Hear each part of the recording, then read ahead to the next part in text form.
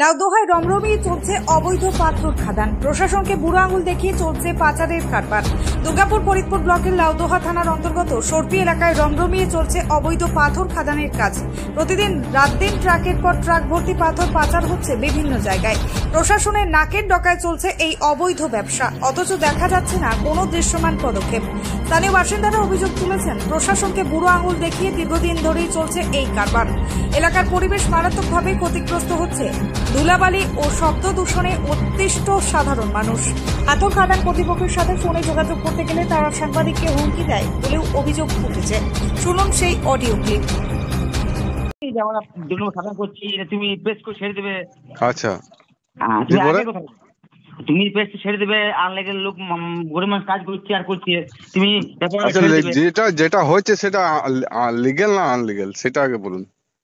আনলিগেল আজ চলছে না, কুড়ি বছর চলছে, তখন তুমি লিগেল চলছে। তুমি যে আনলিগেল ভাবো, আনলিগেল আজকে আজ চলছে, কুড়ি বছর চলছে, তখন হয়েছে না কিছু হয়েছে। আচ্ছা ঠিক আছে বাবা, তুমি যদি ছাড়া আছে ছাড়ো, যা করো, আমার নরম সঙ্গে কথা বলবো, ঠিক আছে? ঠিক আছে, হ্যাঁ তুমি যা কাজ করো তোমার বলবো, ঠিক আছে? রেকর্ডিং করে রাখো, আমার নরম সঙ্গে কথা বলবো, ঠিক আছে? ঠিক আছে, ঠিক আছে।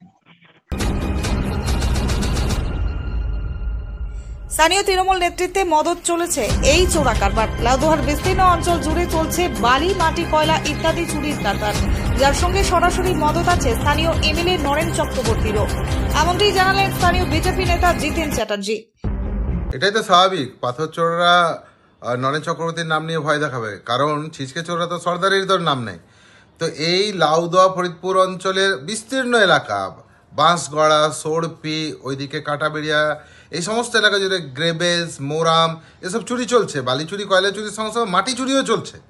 আর এই চুরির জন্য প্রত্যক্ষভাবে তৃণমূলের যে এমএলএ আছে বর্তমান নরেন চক্রবর্তী, তার সরাসরি যোগ আছে। এবং তার সাহসে পুলিশ কোনো ব্যবস্থা নেয় না, বিএলআরও কোনো ব্যবস্থা নেয় না। একাধিকবার তাদের কাছে আমাদের আর্জি ছিল, চিঠি করেছি, অবৈধভাবে এভাবে যে ভূমিক্ষয় হচ্ছে, এভাবে পাথর তুলে বিক্রি হচ্ছে। এবং সেই সঙ্গে আরেকটি যোগাযোগও আছে, এই যে ল্যান্ডটি আছে, এই জমিটি হচ্ছে উখড়া স্টেটের ভেস্টেড ল্যান্ড। এই জমির ওপরে পরোক্ষভাবে উখড়া স্টেটের যারা আজকের পদাধিকারী আছে, ওই যে বোর্ড অফ মেম্বার্স আছে, তাদেরও প্রত্যক্ষ মদত রয়েছে।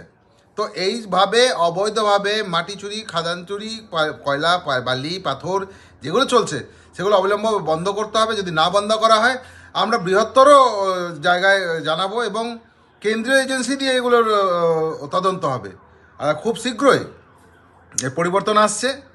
এই পরিবর্তনের পরে নরেন চক্রবর্তী এবং তার সঙ্গে প্রত্যেকটা সাগরেদকে জেলে যেতে হবে। এ বিষয়ে তৃণমূল কংগ্রেসের সঙ্গে যোগাযোগ করলে ক্যামেরার সামনে মুখ খুলতে নারাজ তৃণমূল কংগ্রেস।